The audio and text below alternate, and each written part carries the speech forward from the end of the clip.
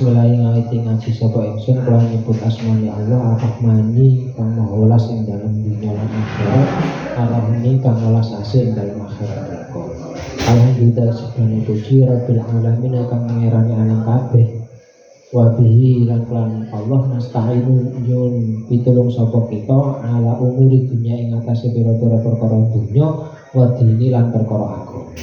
Wa shollallahu mugi-mugi paring rahmat paring sapa Allah wassalamu lan muga keselamatan ala sayyidina ing atase Gusti kita Muhammadin khatamin nabiyyin kang dadi pungkasane para nabi wa alihi lan keluargane kanjeng Nabi wa sahabatin ajmain harus kabehane.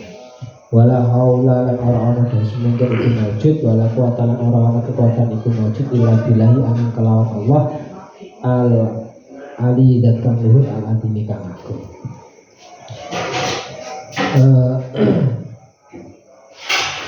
Kiai Musannef ngawiti ngarang kitab niki kelawan nyebut asmaul Allah.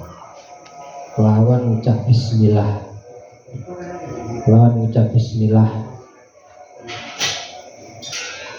Lajeng dilanjutaken kelan alhamdulillah. Salah setunggal tujuanipun biasanya para ulama itu tabarukan di umil kitab, ngalap barokah kelawan niru kaya dene kawitane Al-Qur'an. Terus bismillah niku maknane luas banget. Sampai kiamat pun tetap maknane ora bakal entek. Saking luasnya. Ngawiti ngaji kelawan nyebut asmane Allah nuduhno nek sakabehane perkara iku ora iso lepas saking Allah. Kesuksesan, keberhasilan, kemudian barokah lan lintu-lintune ora iso luput angin kelawan nyebut asmane Allah, eling marang Allah. Dados bismillah niku makane awale huruf j niku mesti ana ta'alluq hubungan. Cara nek arep ngawiti ngaji ya ngawiti ngaji, nek arep salat ya ngawiti salat, nek arep maca Fatihah, nek arep mergawe ya diawali bismillah. Krana ben barokah. Salah setunggal maknanipun Ar-Rahman, dan setiap usaha kita di dunia ini itu berharap selalu akan mendapatkan rahmatnya Allah. Ar-Rahman, yakni zat yang welas asih di dunia dan akhirat. Maksudnya pun dunia dan akhirat itu apa? Rahmatnya Allah niku gak terkhusus kanggo wong Islam tok. Gak kanggo wong iman tok. Wong sing gak iman pun oleh rahmatnya Allah. Sehingga dikatakan yang dalam dunia itu ungkapan gawe wong-wong kafir, wong sing gak Islam. Karena surga puncak nikmati wong sing gak iman marang pangeran itu ya dunia, nganggep dunia itu nikmat, termasuk nikmat-nikmat yang hakiki. Sedangkan orang mukmin diistilahkan dengan akhirat itu menunjukkan bahwa dunia ini bukan tujuan, tapi sebagai jalan. Bagaimana kita bisa mendapatkan nikmat di dunia dan juga nikmat di akhirat. Terus Ar-Rahim itu maknanya dalam akhirat. Maksudnya kenikmatan akhirat itu nanti hanya diperuntukkan bagi orang-orang yang beriman dan orang-orang yang Islam, yang percaya kepada bahwa tiada Tuhan selain Allah yang hak untuk disembah kecuali Allah. Makna Ar-Rahman, Ar-Rahim itu makna sing luas. Piye bentuke, apa bentuke iku ora iso diitung siji-siji, tapi iso dirasakno. Welas asline Allah itu iso dirasakno, tapi ora iso diitung siji-siji. Karena sembarang kali sing ana ing dunya iki ya karena rahmati Allah, ana sing ana di alam iki ya karena rahmat rahime Allah. Maka ketika kita memulai sesuatu, mulailah dengan lafaz bismillah, lakoni sembarang kali karena Allah, terus ngarep-ngarep rahmat rahime Allah. Lajeng alhamdulillahirabbil alamin, segala puji bagi Allah yang merajai sebagai Tuhan segala alam.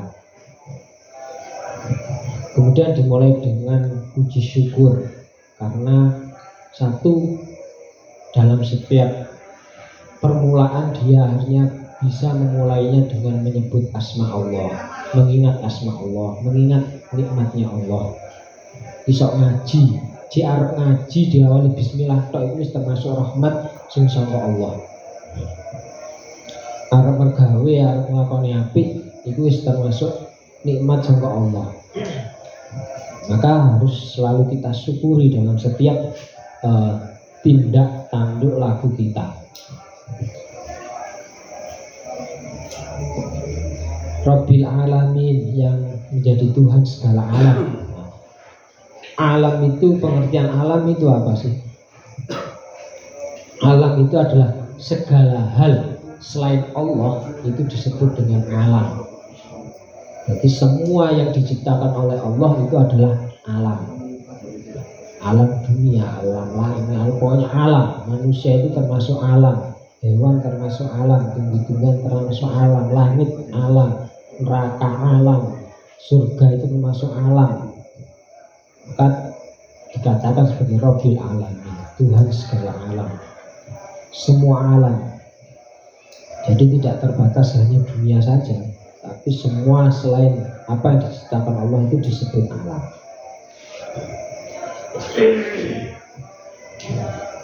Kemudian wabihi nasta'in. Nah, ini sebagaimana Al-Quran. Jadi dalam Al-Quran itu ada iyyaka na'budu wa iyyaka nasta'in. Setelah itu ketika kita sudah memuji bismillah, memuji, maka usaha kita apapun itu,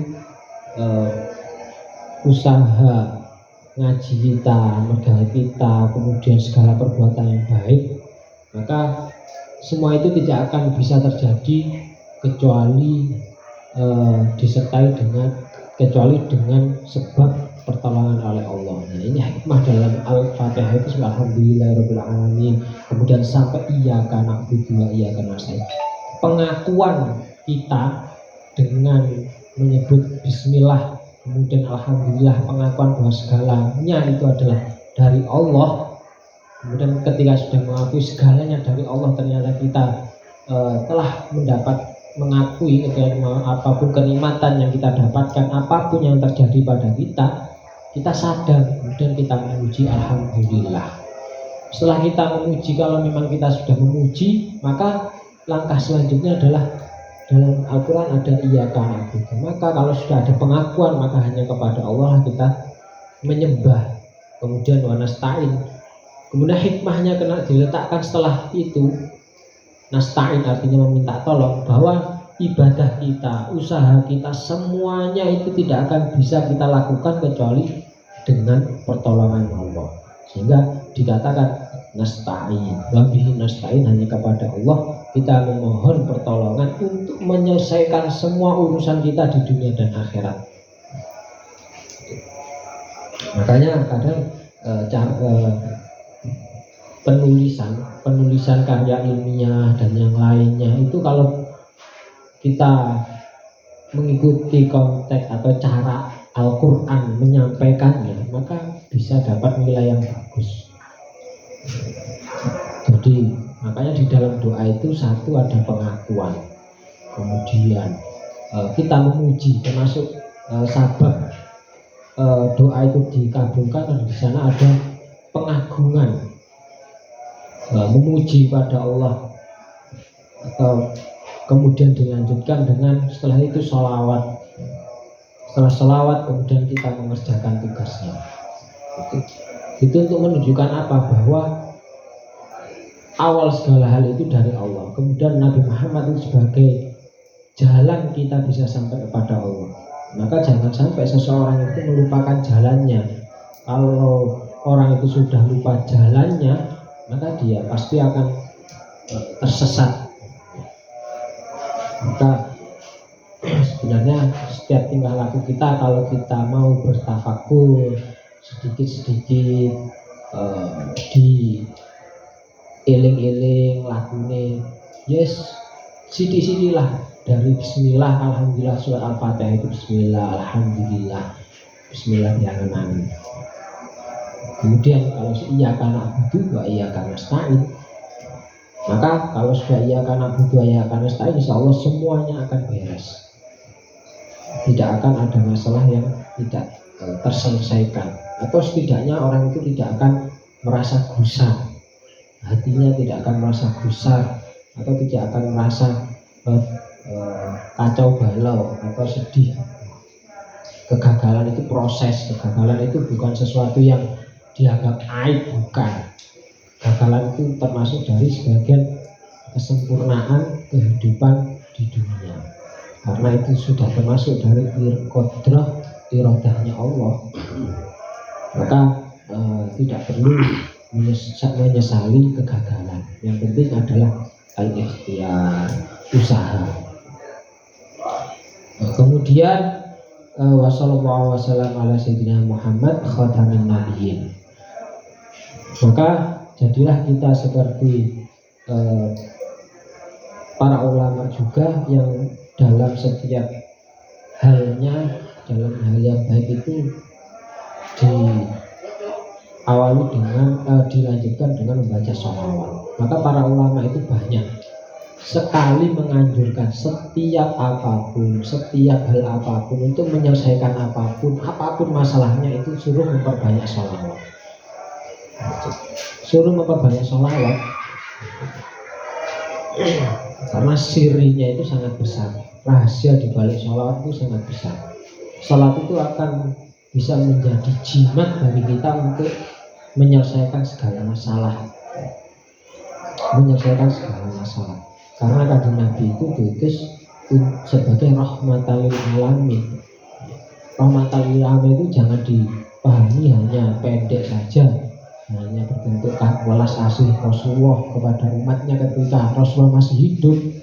Tidak, Rasulullah itu sangat ulas sekali pada sahabat-sahabat, para pengikutnya, kemudian para umatnya. Untuk sekarang orang kanjeng Nabi itu kita tahu bahwa Rasul itu sangat welas asih di akhirat terhadap umatnya. Dengan kita membaca salat berharap di akhirat dapat syafaatnya, dapat diselamatkan. Kalau di akhirat saja merupakan puncak dari perjuangan kita, masa di dunia yang hanya sekedar jalan kita untuk menuju akhirat ketika kita membaca salat tidak dapat diselesaikan, kan mestinya seperti itu. Maka membaca salat itu akan mendatangkan rahmatnya Allah dalam setiap langkah kita, di dunia. Maka salat itu akan menjadi pembuka jalan kehidupan kita di dunia. Sehingga banyak ulama itu perbanyaklah salawat, seulah berbeli, atau banyak itu seakeh-akeh, sebanyak-banyaknya deh. Salawat itu adalah termasuk kunci.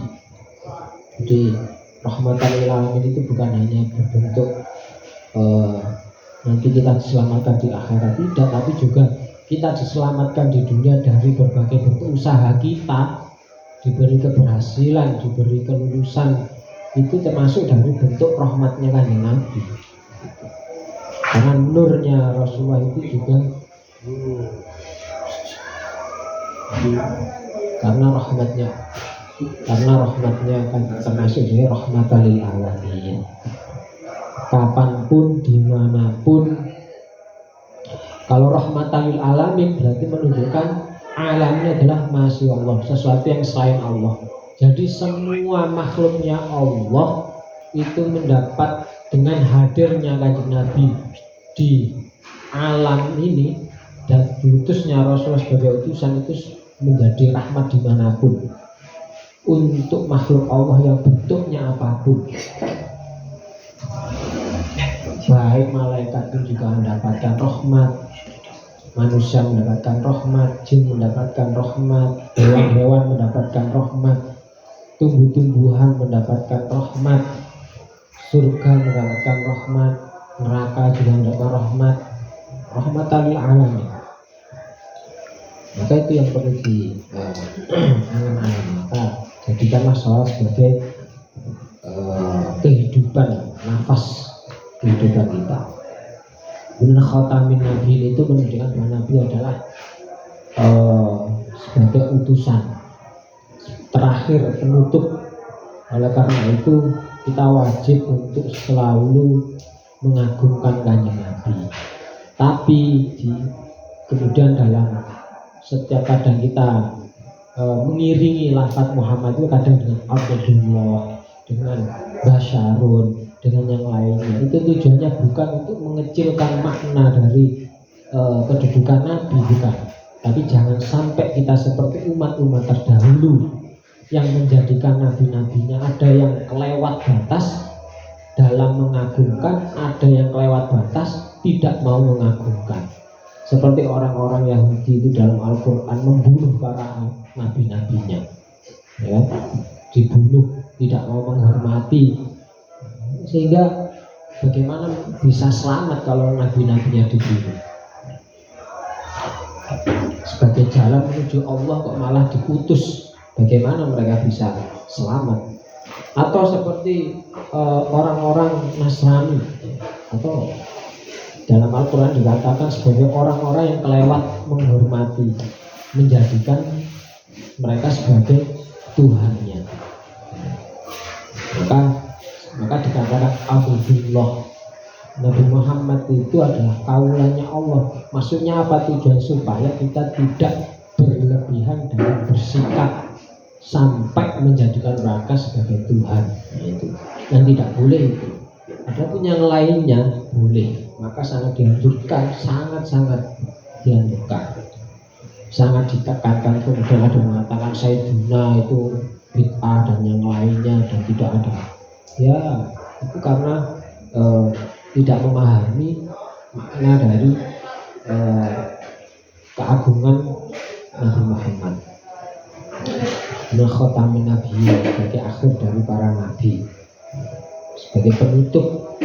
Namanya penutup itu kan sebagai penyempurna. Maka ajaran Nabi itu adalah ajaran yang menyempurnakan terhadap ajaran-ajaran terlebih orang-orang terdahulu. Jadi ajaran Rasul itu mencakup ajaran zahir dan juga ajaran batin. Sehingga nanti ada ilmu syariat, kemudian ada ilmu tasawuf dan ilmu yang lainnya, sangat lengkap. Dan ajaran yang disampaikan Nabi itu juga rasional, dapat diterima oleh akal. Kemudian wa alihi wa sahbihi ajma'in, keluarga dan juga para sahabatnya. Dan ditutup wala haula wala quwata illa billah. Dan semua itu usaha yang dilakukan karena Allah, usaha yang dilakukan karena Allah, kemudian perjuangan untuk mencapai mahabbah kepada kanjeng Nabi, mengaji ini juga tidak akan bisa dilakukan kecuali bahwa la haula wala quwata illa billahil azim. Jadi budal ngaji, bisa budal ngaji itu ya karena kadang sampai lorong-lorong ini la haula wala quwata illa billah, nek gak krono dari semingkir kekuatan sama Gusti Allah nggak bakal tutup ini kan. Jadi itu adalah contoh kan. Itu adalah makna la haula wala quwata illa billah. Maka beliau itu sangat tawaduknya, sangat yakinnya bahwa apapun yang beliau tulis nanti mulai awal sampai akhir itu tidak akan bisa berhasil kecuali dengan pertolongan Allah, kekuatan yang diberikan oleh Allah. Oleh karena itu kita ngaji, makanya para ulama itu kadang seperti ini. Saat gurunya ngomong ngaji, kudu ngaji mukadimah sik. Ojo sampai memahami mukadimah itu kelewat. Jadi kadang orang itu langsung intine lewat mukadimah gak diwaca. Padahal Kiai Musonef ngarang kitab itu begitu tawaduknya itu meletakkan harapannya itu malah di awal pembuatan kitab, di awal pembuatan kitabnya itu. Di sanalah sebenarnya tujuan dari Kiai Musonef itu di awal pengarangan kitab itu. Tujuan utamanya itu di sana, yaitu pada lafaz bismillahnya itu, pada titik babnya itu, yaitu tujuannya hanya satu itu. Makanya ketika kita ngaji, makanya orang ngaji itu bukan untuk pinter-pinteran. Ketika orang hanya bertujuan pada isinya, setelah itu maka yang ada satu ya cuma pinter-pinteran, ya, cuma digawe gaya-gayaan, digawe sombong-sombongan, itu yang berbahaya. Maka kita harus ngajari teman makna dari mukadimah yang disampaikan oleh Kiai Musonef. Seperti itu. Itu mungkin sekedar mukadimah saja. Diperhatikan. Untuk sudah.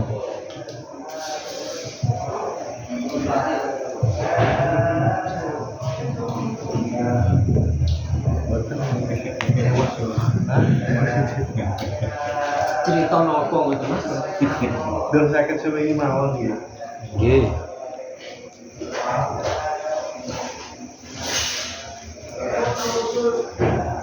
Langsung kita bilang kamu umat amatiran enggak kok. Assalamualaikum warahmatullahi wabarakatuh. Al ilmu, bismillahirrahmanirrahim. Al ilmu bila amalin junun, wal amalu bihari ilmi la yakunu. Ilmu lek orang nganggo amal diibarate menurut Imam Musyariku kaya dene wong gendeng, wong edan. Iku sing duweni ilmu tapi ora gelem ngamalne. Wong lek cerdas iku mesti akan melakukan ketika sesuatu yang dicari pasti akan digunakan. Mesti golek apa itu mesti digunakan ora bakal ora. Lek wong sing pintar, lek wong sing cerdas. Tapi lek wong sing bodoh, wong sing edan, wong gendeng malah ibarat elek iki junun. Wong duwe ilmu tapi ora gelem ngamal, ibaratnya kaya dene wong gendeng ngono. Berarti duwe ilmu tapi ora diamal kene. Golek kerja, golek duit mesti jelas digunakne, buat tuku beras, buat tumbas keperluan pribadi. Wong cerdas itu. Lek awake dhewe duwe ilmu tapi ora gelem ngamal kene, ibaratnya wong gendeng. Begitu juga wal amalu bighairi ilmi la yakunu. Amal bighairi ilmi, ora tanpa ilmu, ora nganggo ilmu, ora bakal sah, ora bakal diterima. Kaya dene contone bulan puasa lah. Bulan puasa itu kan harus didasari dengan niat. Puasa itu kedah didasari dengan niat. Tapi lek orang nganggo ilmu kan gak ngerti. Harus nganggo niat, gak ngerti. Lah puasa itu orang niat ya ora bakal diterima, ora ditampi. Itu mriki ngoten. Wal amalu bihari ilmi la yakun. Contohnya mana? Puasa ki aku udut yang salah, wong ora mareke kok, ora diteki ngilangne ngelak kok. Sebenarnya aku orang mangan orang ngombe. Lah iku lek wong kaya ngono kan lakone poso tapi orang nganggo ilmu. Ya ora bakal diterima, ora sah lek temen iki. Karuan pisan wong ora mangan ora ngombe tapi ngerokok karuan ngombe pisan. Kaya sholat itu bae sholat orang nggo ilmu jingklak jingklik tok ya ora diterima sementing ngadeg ning rukuk ning sujud ya ora bakal diterima. Iku pentingnya apa jenenge amal nganggo ilmu. Padha wae juga lek amal lek ilmu orang nganggo amal kaya dene wong gendeng. Wa'lam annal ilma alladzi la yuqiduka al-yawma 'anil ma'asyi.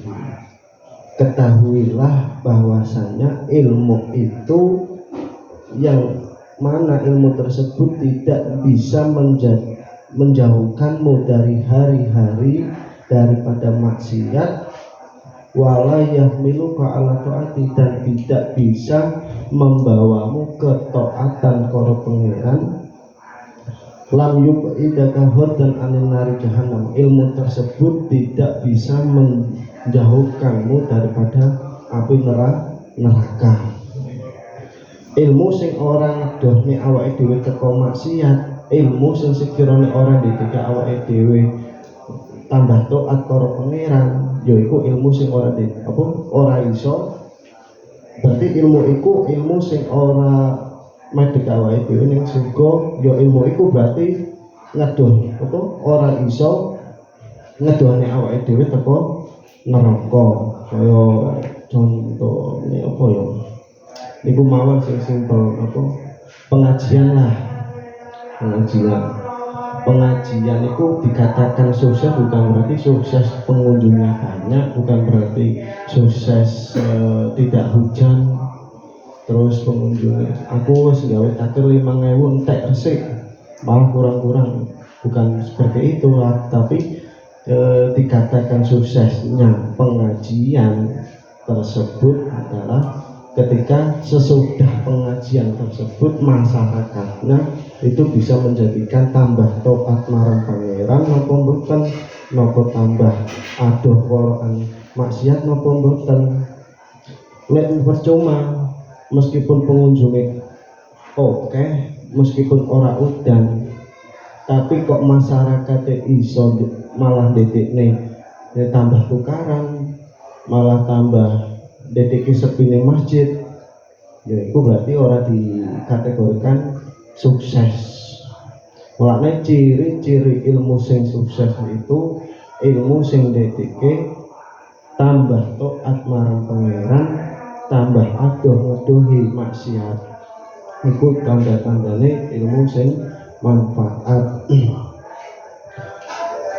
Wa idalam ta'mal bi ilmika al-yawma wa lam tadaruk al-ayam madiyati. Lek sampeyan ora amal di masa sekarang dan tidak memperbaiki hari-hari yang telah lewat, malah ora tambah apik, malah tambah parah. Besok bakal ning dina kiamat sampeyan kalih kula jeneng manusa iku bakal sanjang farjina nakmal sholihan. Lek awake dhewe ora tambah apik malah tambah ala, sok ning akhirat ning dina kiamat awake dhewe bakal ngomong, "Duh Gusti, kula nyuwun kalih panjenengan kula diwangsulaken marang ning donya, kula janji bakal memperbaiki awake dhewe. Kula janji bakal nglakoni tambah taat, kula janji bakal zakat, bakal puasa, bakal sholat dan lain-lain tentang ketaatan." Tapi jawaban pangeran boten. Dijawab oleh pangeran fayuqalu ya ahmaku anta min hunaka tajibu. Hei wong bodoh jane. Wong kumprung, wong kang kumprung kan wong bodoh. Awakmu teko itu teko kono, teko dunya. Ya wis lewat teko dunya. Wis ora layak saiki wis ora. Wis ora iso balik ning dunya. Amun saiki wis saiki. Wis pokoke intine ilmu sing taat, ilmu sing manfaat ya ilmu sing dekati awake dhewe ning ketaatan karo pangeran, ngedohi awake dhewe teko maksiat. Wong gedhe-gedhe mawon. Assalamualaikum warahmatullahi wabarakatuh. Doa Gusti takwa. pun tahlil kali doa. Gue tak bemen ya. Langsung diborong lah. Udah diborong Gus. Pun mencelak.